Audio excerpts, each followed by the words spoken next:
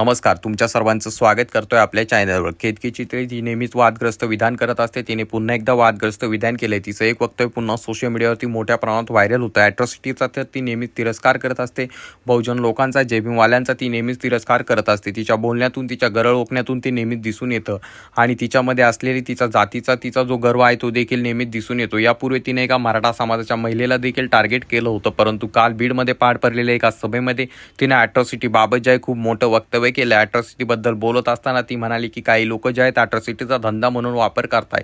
तिचं ते विधान सोशल मीडियावरती खूप मोठ्या प्रमाणात व्हायरल झालंय। अनेक आंबेडकरवादी संघटनांकडून तिचा निषेध नोंदविला जात आहे।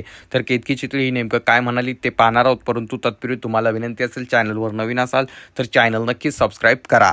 RTI टाका आणि गेल्या 5 वर्षात किती अट्रॉसिटीज केसेस आहेत, त्यातल्या जेन्युइन केसेस किती आहेत, ब्राह्मणांच्या अगेन्स्ट किती आहेत, प्रत्येक कास्टच्या अगेन्स्ट किती आहेत, ह्याचा सेन्सेस काढा RTI टाकून।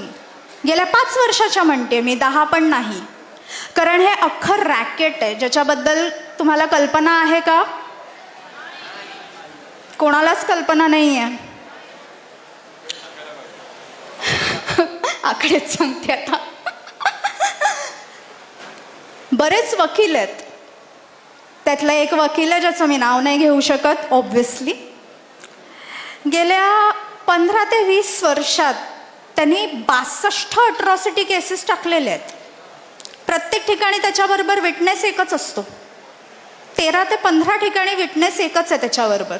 त्यांनी रिसेंट जी अट्रॉसिटी केस टाकलेली आहे ती दादर स्टेशनच्या एका TC वरती टाकली आहे, मुंबई लोकल दादर स्टेशन। का? तिकीट नव्हतं, लोकलनी फिरत होता, TCने थांबवलं, TC म्हणाला तिकीट दाखव, नाही आहे तिकीट, फाईन भरा। सरळ आहे ना, तिकीट नाही आहे तू फाईन भर।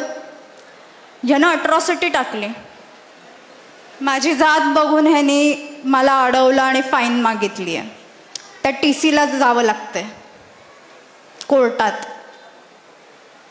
हा साईड बिझनेस चालू आहे, हे रॅकेट आहे आणि हे एवढं मोठं जर रॅकेट आहे, हा एक झाला, हा एक वकील आहे, असे अनेक वकील आहेत ज्यांचा